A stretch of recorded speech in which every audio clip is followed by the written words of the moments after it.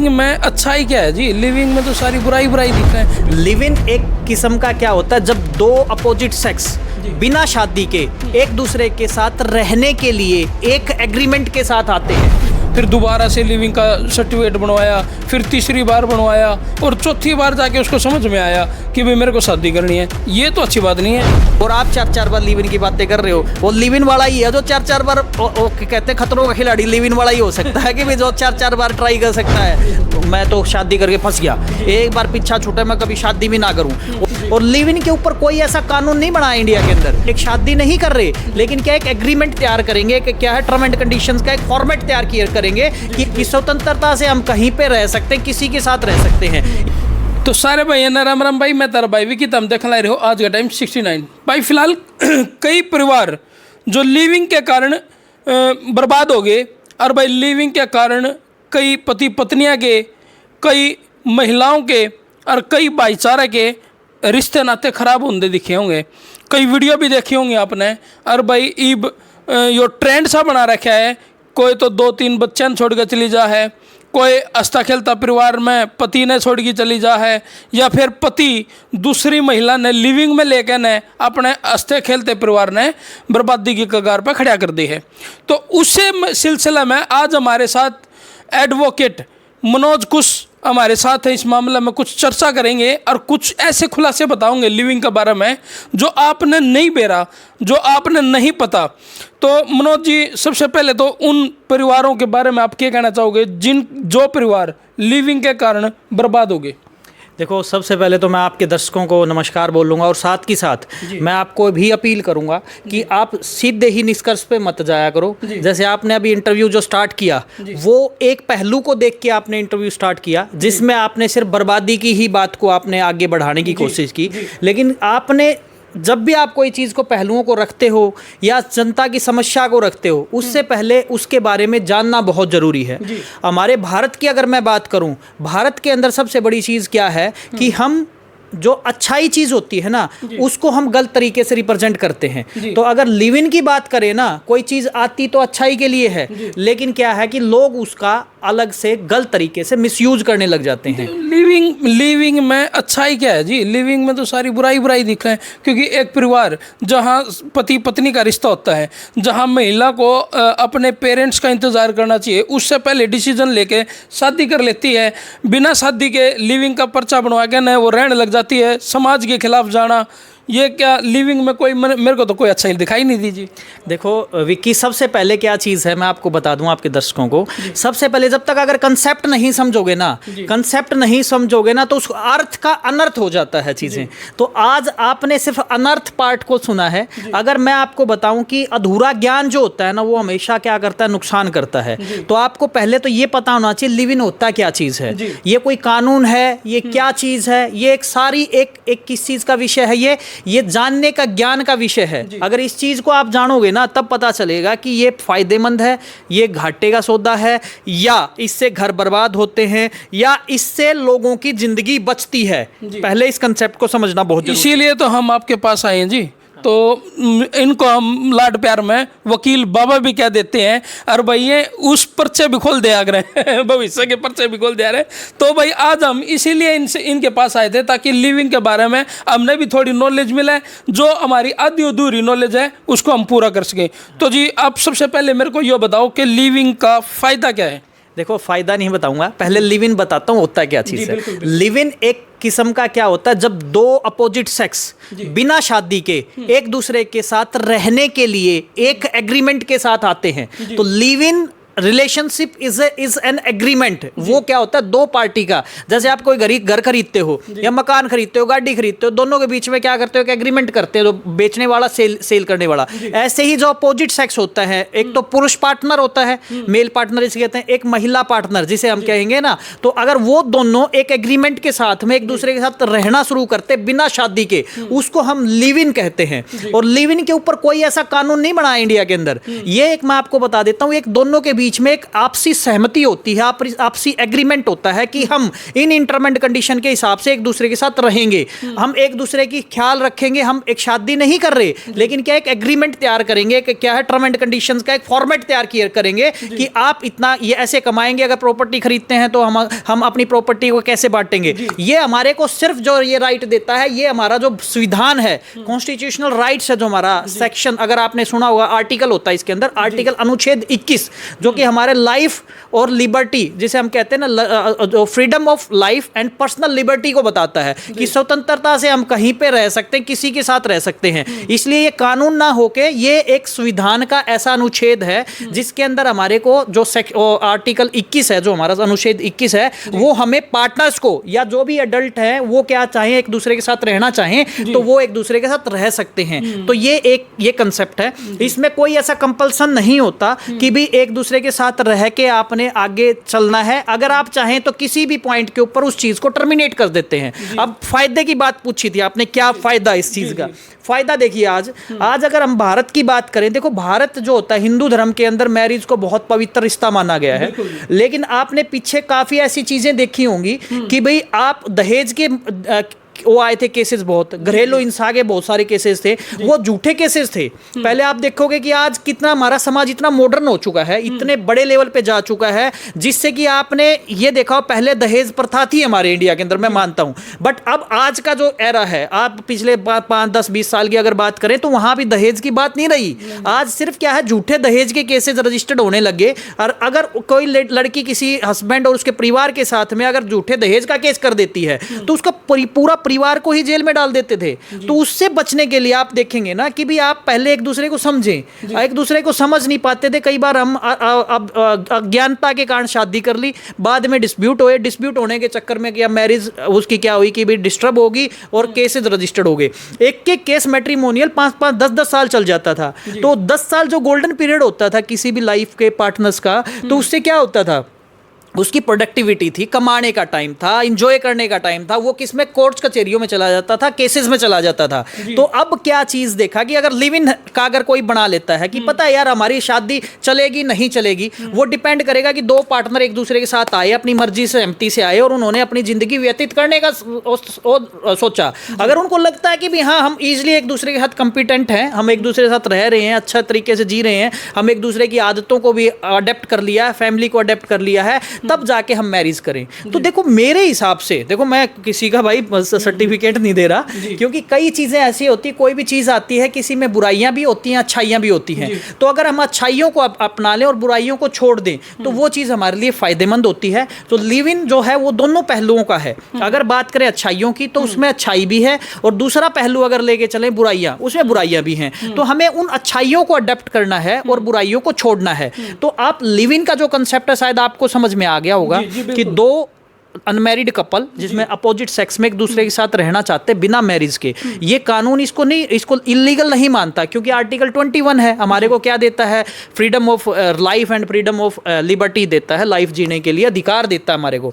तो अब जो चीज़ आती है आज के दिन लोग क्या करते हैं, जैसे आपने ही स्टार्टिंग में जब वीडियो स्टार्ट की थी बोला था कि भी अपने बच्चों को छोड़ के दूसरों के साथ रहने लग जाते हैं। ये गलत बात है।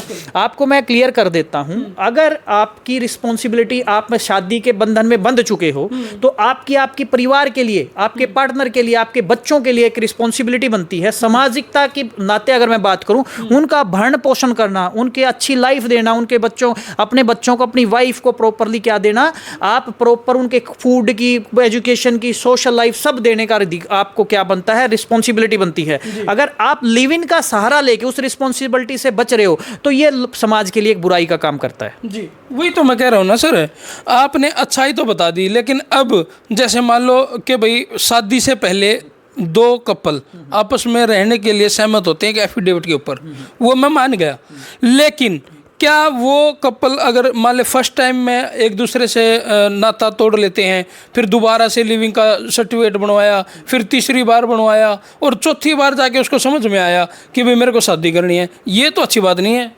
देखो ये बहुत ही आपने जो क्वेश्चन पूछा ना, इतना कोई मूर्ख कौन होता जो 4-4 बार रिस्क लेगा। जिस क्या अगर वो तो फिर वो होता है बिचुल होता है, वो क्या है अपनी आदत से लाचार है।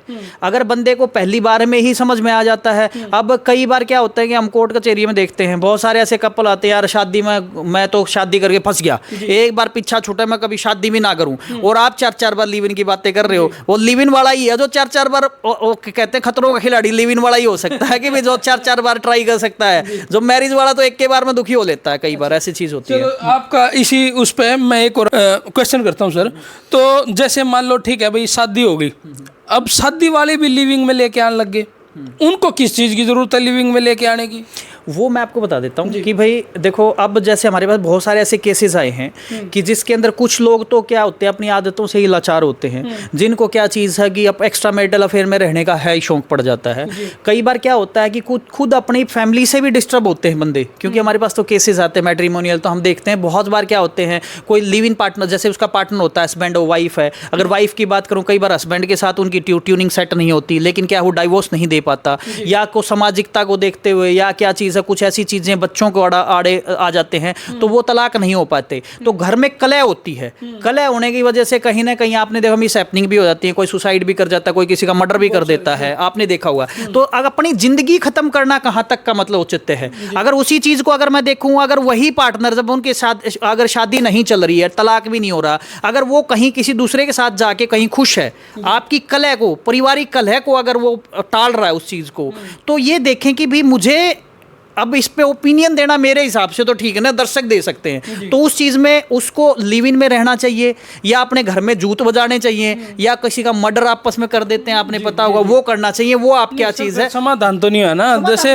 वो तो मतलब एक बात बताओ, जब वो सौतन ही लिया, सबसे खतरा किसको होता है? लिविंग में। अगर लिविंग में वो मान ले शादीशुदा है और फिर भी लिविंग में दूसरी पत्नी लिया, या पत्नी छोड़ के दूसरे उसके पास चली गई, दोनों ही चीज़ हैं। मैं आपको बता दूं, जब भी कोई पार्टनर होते हैं, लगा के चल हस्बैंड है वाइफ है, आपको अगर दोनों पहलू हैं, कई बार मैंने पहले बोला है कि मैं इसको पुष्टि नहीं करता हूं, मैं ये नहीं कहता कि भी किसी को लिव इन में लेके आना ठीक है, लेकिन आप एक सोचें कि अगर कहीं पे आपके घर में मैंने पहले एक ऑप्शन और दिया था कि भी कई बार तो कोई हैबिचुअल होता है, कई बंदा बेचारा क्या होता है खुद ही तंग होता है, चाहे हस्बैंड हो चाहे वाइफ हो, कई बार पार्टनर उसको इतना तंग कर देता है, इतना टॉर्चर कर देता है कि अगर उस बंदे को और कोई ऑप्शन ही नहीं दिखता, उसको लगता है कि भी आपकी मेंटल स्टेट को, वो अपने आप को सेटिस्फाई करने के लिए साइकोलॉजिकल भी बंदे को चाहिए होती है, फिजिकल भी नीड्स को रिक्वायरमेंट होती है, अगर पार्टनर उसको सेटिस्फाई नहीं करता उसी चीज़ से, सेम चीज़ साइकोलॉजिकली, मेंटली या फिजिकली, तो वो क्या करेगा? बाहर रास्ता सारा ढूंढता है ना। आपके पार्टनर के साथ आपकी फ्रीक्वेंसी मैच नहीं कर रही, वाइफ और हस्बैंड की फ्रीक्वेंसी मैच नहीं कर रही, मतलब तो आप इसको सही मानते? नहीं, मैं देखो, मैं पहले ही बताया कि अगर रीजन है किसी चीज से दूर होने के और उसके बाद में, वो बिल्कुल ठीक है। अब वही चीज अगर कोई बंदा अपने घर पे आके जूत बजा के और वो कोई क्राइम को कमिट कर देता है, खुद सुसाइड कर जाते हैं, जिंदगी खराब करना कहां तक का मतलब सॉल्यूशन है? अगर वही चीज क्या चीज है, आपको जिंदगी बना रहा है, आपके लिव इन पार्टनर अगर आपको आके आपकी जिंदगी को सुरक्षित कर रहा है, तो वो कहां का गलत है भाई? और यही चीज अगर रिपीटिशन में कर रहे हो आप कि बिना या नहीं दूसरी तीसरी चौथी या चौथा पांचवा छठा, तो वो आप क्या चीज है, वो समाज के लिए खतरा क्रिएट कर रहे हो। आप एक दिल तो एक जगह लग सकता है, 5 जगह 50 जगह लगाना तो सीधी सी बात है, आप समझ सकते हो क्या चीज है। तो इसके ऊपर मैं ज्यादा ना कमेंट करते हुए, मैं सिर्फ लीगल पॉइंट के ऊपर हम डिस्कशन करने के लिए बैठे हैं। आप मुझे लीगल क्वेश्चन पूछेंगे, मुझे बहुत अच्छा लगेगा। सामाजिकता क्वेश्चन, देखो समाज आईना होता है, समाज ही जैसे हमारे पास काफ़ी सारे मैंने वीडियो बनाई हैं, काफ़ी सारे ऐसे परिवार देखे हैं, उनके कुछ सवाल रहते हैं सर। जैसे एक पत्नी है, वो लिविंग में चली गई, पति के पास बच्चों को छोड़ के चली जाती है, और वो बाद में उन बच्चों के ऊपर हक जताती है लिविंग में रहने के बाद, क्या ये लीगल है? नहीं, देखो सबसे बड़ी चीज़ क्या चीज़ होती है, जहाँ तक बच्चों की बात है, बच्चों की प्रोटेक्शन की बात है, बच्चों की कस्टडी की बात है, बच्चों की कस्टडी अगर ऑनरेबल कोर्ट की बात करूं तो ऑनरेबल कोर्ट भी बच्चों की कस्टडी वेलफेयर बेस्ड पे देता है। अगर किसी पत्नी अपने पार्टनर को छोड़ के, हस्बैंड को छोड़ के कहीं पे चली गई है, तो देखो सबसे बड़ी चीज़ है, बच्चा तो सेफ हो ही नहीं सकता। आज हम अपने बच्चे को क्या कर सकते हैं, सेफ कर सकते हैं कि सेफ्टी से उसकी पालन पोषण कर सकते हैं। दूसरे के बच्चे के साथ उस दूसरे पार्टनर का क्या पता वो क्या कर देगा, गलत करेगा नहीं करेगा। तो यहाँ जो देखने वाली बात है वो है बच्चों की की राइट की बात, बच्चों का ये देखना कि बच्चे की जो सेफ्टी है वो किसके हाथ में है, बच्चे का वेलफेयर किसके हाथ में है, कि अगर फादर अच्छा कमाता है, अच्छे तरीके से वेलफेयर कर सकता है, तो कोर्ट उसी को कस्टडी देता है। और यहाँ भी वही चीज़ देखी जाएगी कि अगर बच्चे का वेलफेयर उनके फादर के साथ है, अगर मदर छोड़ के चली गई है तो फादर के पास रहेगा। सेम चीज़ इसी के साथ आता है, अगर मदर के पास अगर बच्चा है और फादर छोड़ के चला गया है, तो अगर मदर उसको प्रॉपरली टेक केयर कर रही है और उसकी क्या कर रही है, पूरा वेलफेयर कर रही है, तो मदर को कस्टडी के जाने का अधिकार होता है। जी। अब मान लो सर, जैसे लिविंग में चली गई पत्नी बिना तलाक दिए, तभी होता है। हाँ, बिना तलाक दिए अगर पत्नी लिविंग में चली गई तो क्या पति दूसरी शादी कर सकता है? नहीं, उसके लिए सबसे पहले कानूनी रूप से पति को तलाक की याचिका कोर्ट के अंदर दायर करनी पड़ेगी। और ऑनरेबल कोर्ट ये पाता है कि हाँ, एक्चुअल में क्या है कि भी ये वो लेडी अडल्ट्री में रह रही है किसी और के साथ, क्योंकि live in is a adultery basis के ऊपर तलाक ले सकता है हस्बैंड, और तलाक होने के बाद वो दूसरी शादी कर सकता है। जी। ये राइट है, पत्नी दोनों पे लागू? बिल्कुल दोनों पे लागू होता है। अगर हिंदू मैरिज एक्ट है तो वो दोनों पे एप्लीकेबल है। अगर कोई ऐसा केसेस हो जिसमें पत्नी या पति दूसरी शादी बिना तलाक दिए कर लेता है, तो उसके ऊपर क्या कानूनी कार्रवाई हो सकती है? आईपीसी की धारा 494 होती थी, अब बीएनएस में चेंज हो गई है, बायगेमी बोलते हैं। 7 साल तक की सजा का प्रोविजन है। अगर कोई पार्टनर बिना तलाक लिए दूसरी शादी कर लेता है तो उसको 7 साल तक की सजा होने का प्रोविजन है हमारे कानून के अंदर। ये है। एक सबसे बड़ा सवाल रहता है, लिविंग में जाने के बाद क्या वो अपने पार्टनर के द्वारा बच्चे पैदा कर सकते हैं? बिल्कुल कर सकते हैं सर, करते भी हैं, लिव इन में जाने के बाद करते हैं। मैंने कुछ ऐसे सुना था कि भाई लिविंग में जाने के बाद बिना तलाक दिए पहले पति को बच्चे पैदा नहीं कर सकते। कर सकते हैं, ऐसा कुछ नहीं है, वो लाइफ है आपकी, आप किसी के साथ रह रहे हैं, बच्चे पैदा कर सकते हैं। जो बच्चा पैदा होगा उसका भी दोनों पार्टनर की प्रॉपर्टी में राइट रहेगा, वो भी मेंटेनेंस का क्लेम कर सकता है। जो बच्चा है उसकी गलती नहीं है, दोनों की प्रॉपर्टी में है। जो हस्बैंड, जो suppose partner, live in partner, husband और जो सॉरी वाइफ, और जो वाइफ नहीं बोलेंगे यहाँ पे, लिव इन वुमेन और मैन पार्टनर होता है, वो उनकी दोनों की प्रॉपर्टी में राइट रखता है। और साथ के साथ में अगर कोई मेंटेनेंस का राइट है, वो 18 साल से पहले अगर लड़का है और अनमैरिड लड़की, वो अपने दोनों पार्टनर से क्या कर सकती है, मेंटेनेंस डिमांड कर सकती है। लेकिन मैंने वकील जी, मैंने एक बात और सुनी थी कि जैसे मान लो लिविंग में अगर कोई मान लो आ गई महिला, लिविंग में आ गई, तो वो ना तो उसकी प्रॉपर्टी में हक जता सकती जिसके पास वो लिविंग में रह रही है, ना कानूनी तौर से वो दावा कर सकती उसके, और वो कभी भी उसको जब चाहे अपनी मनमर्जी से उसको अपने घर से निकाल सकता है। देखो ऐसा कुछ भी नहीं है। अब मैंने एक चीज़ बताई थी, जो स्टार्टिंग में मैंने इंटरव्यू शुरू किया था, उसमें मेंशन किया था इट्स एन एग्रीमेंट, दोनों के बीच में एग्रीमेंट होता है। उसमें टर्म एंड कंडीशन लिखी जाती है कि हम कोई प्रॉपर्टी खरीदेंगे तो हमारा इक्वल शेयर रहेगा नहीं रहेगा, कौन घर चलाएगा तो कितना रुपए देगा। इसके बाद अगर हमारा कोई डिस्ट्रीब्यूट होता है, अगर हम दोनों एक दूसरे से अलग रहना चाहते हैं, तो हमारा जो प्रॉपर्टी हमने एक्वायर की है ड्यूरिंग दिस लिविंग रिलेशनशिप, तो वो किस किस में बटेगी, किस रेशियो में बटेगी, दिस इज एन एग्रीमेंट। दोनों के बीच का एक क्या है, समझौते टाइप से है। उसी के हिसाब से कल को अगर कोई प्रॉब्लम, झगड़ा होता है, कुछ भी होता है, तो वो एग्रीमेंट काम आएगा।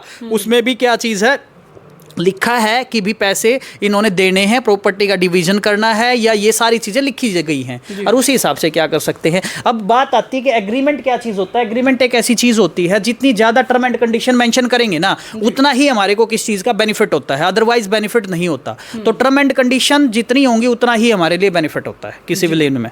और आप मतलब दर्शकों को या उन लोगों को जो अब लिविंग में रह रहे हैं, उनको क्या मतलब खास बात बताना चाहोगे कि भाई मतलब अच्छाई और बुराई दोनों? देखो बात ये नहीं है कि जो रह रहे हैं उनको अच्छाई और बुराई बताएं।